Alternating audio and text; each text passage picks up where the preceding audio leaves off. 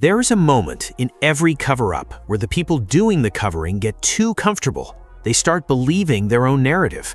They stop worrying about the evidence, because the evidence has been buried long enough that most people forgot it existed. And that is exactly what happened in Cleveland. For 12 straight months, a media machine ran one of the most calculated, most deliberate distortion campaigns this league has seen against a rookie quarterback. And it worked, until the New York Times walked in, watched the actual tape, and published what they found. What they found doesn't just vindicate Shedeur Sanders, it exposes every single person who spent the last year telling you this kid couldn't play football. This isn't a fan account making noise. This isn't a supporter trying to spin a narrative in the other direction. This is the paper of record. This is Nick Bedane-Gardner sitting down with the film, going play by play, and writing what he actually saw. And what he saw should have ended this conversation months ago, except the conversation was never really about football. You need to understand that going in, because everything that follows only makes sense once you accept that what happened to Shedeur Sanders in Cleveland was never purely about his completion percentage. Let's start with the sentence that opened the New York Times film study, because I want you to sit with it before we get into any numbers. The study opens by stating that purely from a football standpoint, Shedeur Sanders deserved to be more than a fifth-round prospect. Read that back. Purely from a football standpoint, meaning when you strip away the name, strip away his father's reputation, strip away the draft weekend chaos, strip away every single thing that isn't actual football, the verdict is that he was robbed. He was robbed of his draft position. That is not a hot take from someone with a vested interest. That is what happens when a real evaluator watches the real tape and writes down what they see. And the fact that it took the New York Times to say what the Cleveland media refused to say for an entire year tells you everything you need to know about what was actually happening in that media market. Because the Cleveland media had access to the same film. They had access to the same analytics databases. They had the same tools. They made a different choice about what to show you. Now let's get into the numbers they chose not to show you, because this is where it stops being opinion and starts being something that should make you genuinely angry. There are two statistics sitting inside that film study that were available the entire season, not buried in a classified document, not hidden behind a paywall, sitting in the same advanced analytics systems that every NFL media outlet has access to. And not one single voice in the Cleveland media ecosystem put these numbers in front of their audience. Not one. Stat number 1, off-target rate. Shedeur Sanders finished with a 10.1% off-target rate in his rookie season. That number ranks 9th among all rookie quarterbacks starting games in the National Football League in a 5-year sample going back to 2020. Let that land for a second. 9th, top 10 in accuracy. 5 full years of rookie quarterbacks starting games in the National Football League, and Shedeur Sanders, the same quarterback that Cleveland's media told you could not translate his accuracy to the pro game, the same quarterback they were measuring against a 70% college completion percentage and calling fraudulent when the number dropped, ranks 9th in the entire sample in off-target rate. His arm wasn't the problem, his accuracy wasn't the problem, and the people covering that team knew that number existed and chose not to use it. Stat number 2 hits even harder, and I say that knowing how damning stat number 1 already is: yards per attempt between the numbers.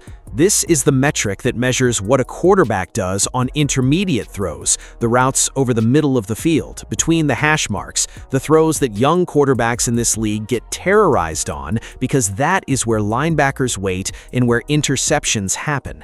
Every passing coordinator in this league will tell you that the intermediate game is the most brutal education a young QB goes through.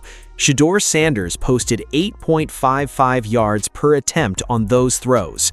That ranks 3rd in the same 5-year sample of rookie starters. 3rd, not in a good week, not in one game, for the season. 3rd in the entire league in a 5-year window on the most difficult throws a young quarterback faces. Top 10 in accuracy, top 3 in intermediate efficiency, both numbers available all season, Both numbers absent from every single television segment, every radio take, every digital breakdown that the Cleveland media machine produced. That is not an accident. That is a decision. And here is the context around those numbers that makes the burial even more egregious, because those stats exist inside an environment that no other quarterback in that 5-year sample had to operate in.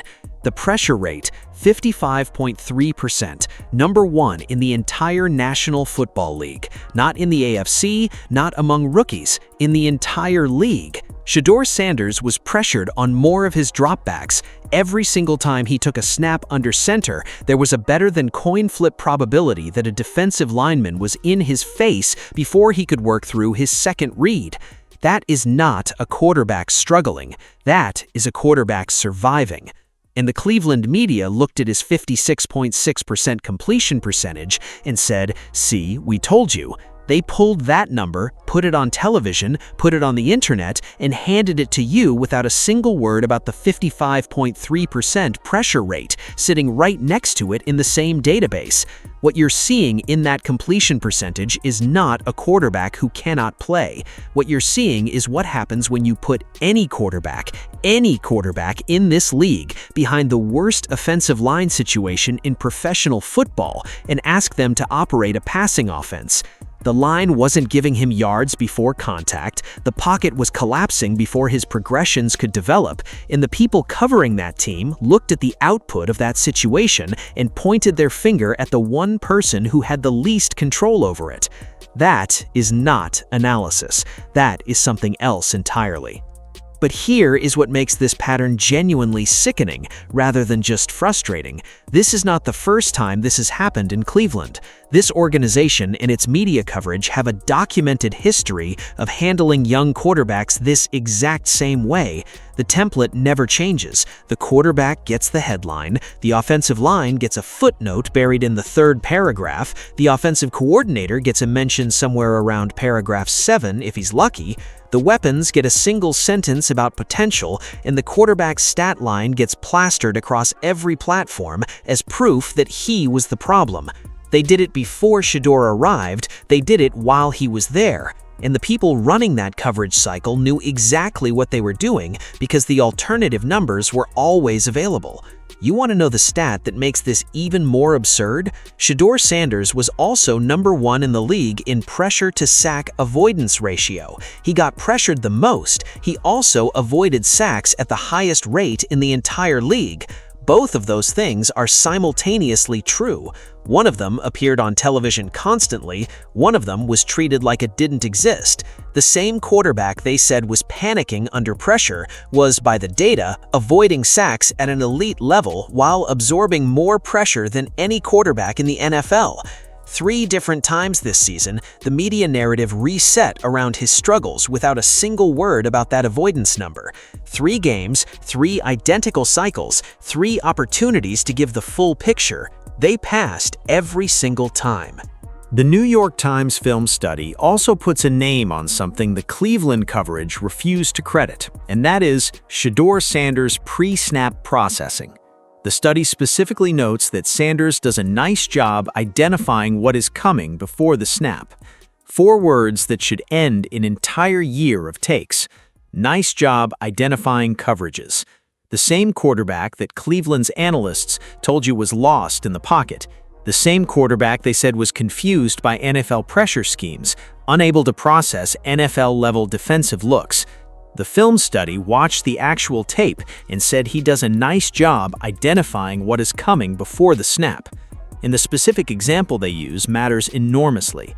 His first NFL start was against Baltimore, a team that zero blitzes more than almost anyone in this league, a team that built their entire defensive identity around loading up exotic pressure packages and daring young quarterbacks to figure it out in real time. By the midpoint of that game, Shedeur Sanders had identified the zero blitz package before the snap, a 6-man exotic pressure scheme that some college programs cannot even run properly because they don't have the athletes for it. He was reading it live in his first NFL start against one of the best defenses in the league, and nobody in Cleveland's media ecosystem said a word about it. Not one segment, not one breakdown. completely silent on the thing that actually told you who this quarterback was. Now let's talk about what this narrative actually cost, because the story of Shedeur Sanders' rookie season is not only about Shedeur Sanders. There are other people whose careers were directly shaped by what happened in Cleveland, and their names deserve to be part of this conversation. Harold Fannay is one of the most talented young receivers in this league. In 2025, operating in a rotating quarterback situation on a functionally broken offense, he finished under 1,000 yards. That is what a broken offensive environment does to a young receiver's development. You cannot build film on a guy who cannot get clean throws because the quarterback is being pressured on more than half his dropbacks. Quinshon Judkins is another name that belongs here. An AFC executive went on record describing him as someone who runs incredibly hard, who is faster in the open field than you expect watching the tape, and who is widely viewed around the league as a player poised for a massive breakout. Judkins spent his entire rookie season inside the same catastrophic offensive structure, the same broken line, the same rotating quarterback situation, the same environment that made every skill player on that roster's numbers look worse than they actually were. These are young players who had their development directly impacted by an organization that failed to build a functional roster, and then allowed the media narrative to fall entirely on the quarterback instead of on the people who constructed that situation.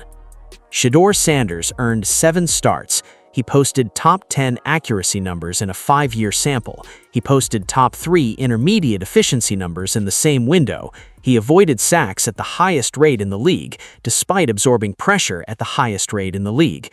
And the reward for all of that was a narrative that defined him by the EPA ranking, 26th out of 32 rookie starters since 2020, a number the Cleveland media waved around constantly, without once mentioning that the quarterback ranked directly alongside him at that same number was Dillon Gabriel, operating behind the same offensive coordinator, the same catastrophic line, and the same broken infrastructure, the same environment producing the same output, and somehow only Shedeur's version of that number was evidence of a talent problem. Here is the thing about the New York Times film study that separates it from everything the Cleveland media produced. It is honest in both directions. It does not protect Shedeur Sanders. It identifies real flaws: the timing hesitation on corner routes, the missed tight window throw over the middle, real documented on-film issues that a real evaluator would flag. And then it says something that the Cleveland coverage never once said about anything it identified: those flaws are fixable.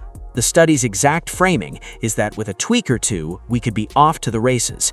Not broken, not a system quarterback who cannot survive contact with real NFL defenses, a quarterback whose documented weaknesses are the same coachable processing issues that every young passer in this league works through with proper development time and a competent offensive structure around them.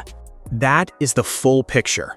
Top 10 accuracy, top 3 intermediate efficiency, elite sack avoidance, legitimate pre-snap processing ability, and a timing hesitation that is coachable. Not a physical limitation, not an arm talent ceiling, not a mental block, a timing issue. The same issue that quarterbacks across this league have fixed with proper coaching in a stable environment. The Cleveland media gave you the timing hesitation and called it a verdict. The New York Times gave you the timing hesitation inside the full body of evidence and called it a starting point. Now here is where this goes from here, and I want every single person watching this to save what I'm about to say, because these are not vague predictions. These are specific, time-stamped, come back and hold me accountable statements. The Browns media's current framing of Shedeur Sanders as a backup-level talent does not survive the first 6 weeks of 2026. If you're still hearing the same takes out of Cleveland by week 6 of next year, come back and tell me I was wrong. I don't think that happens. I think the film forces the conversation to change. The New York Times already started it, and the first domino falling is rarely the last one. Shedeur Sanders gets meaningful starting reps in 2026, and when he does, those intermediate throw numbers, the 8.55 yards per attempt between the numbers that ranked him 3rd in a 5-year sample, go up not down, because the flaw the film study identified is not a physical ceiling, it is a processing timing issue. Those get fixed with reps, with stability, and with an offensive line that gives a quarterback more than a coin's flip's worth of time before the pocket collapses. Quinshon Judkins has a breakout season in 2026, and when it happens, the conversation will finally be forced to address what that backfield actually looked like in 2025, inside a broken offensive environment, and what it could look like with a functional quarterback and a functional line creating space for him.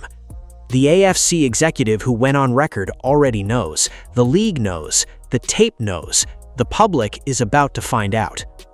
The full behind-the-scenes story of what happened to Shedeur Sanders in the 2025 draft, how far he fell, why he fell, and what role the media narrative played in shaping the way scouts and front offices talked about him, breaks wide open when a national outlet runs the full investigative piece that reporting already suggests is being assembled.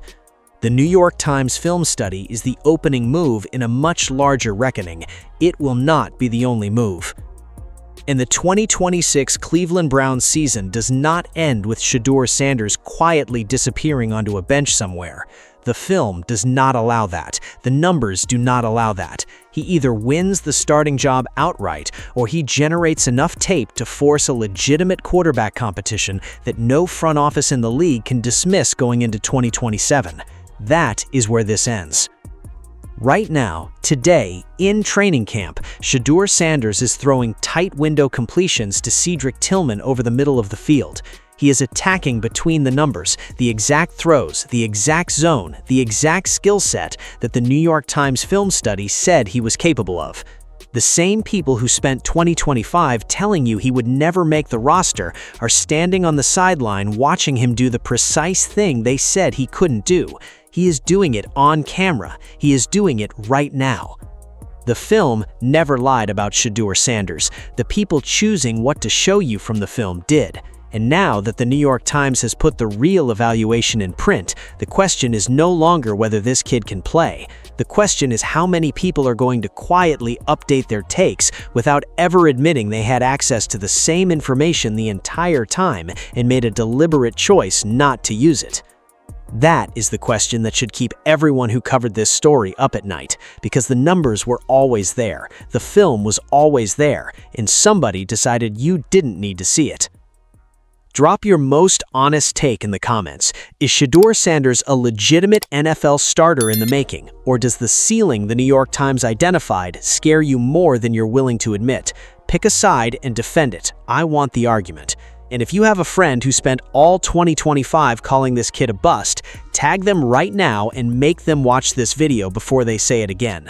Tomorrow, we are going into the full offensive line breakdown, the yards before contact numbers, the pressure to sack data, and exactly what Cleveland needs to change for any of these 2026 predictions to become reality. If you're not subscribed, you are going to miss it. Hit the bell. We'll see you in the next one.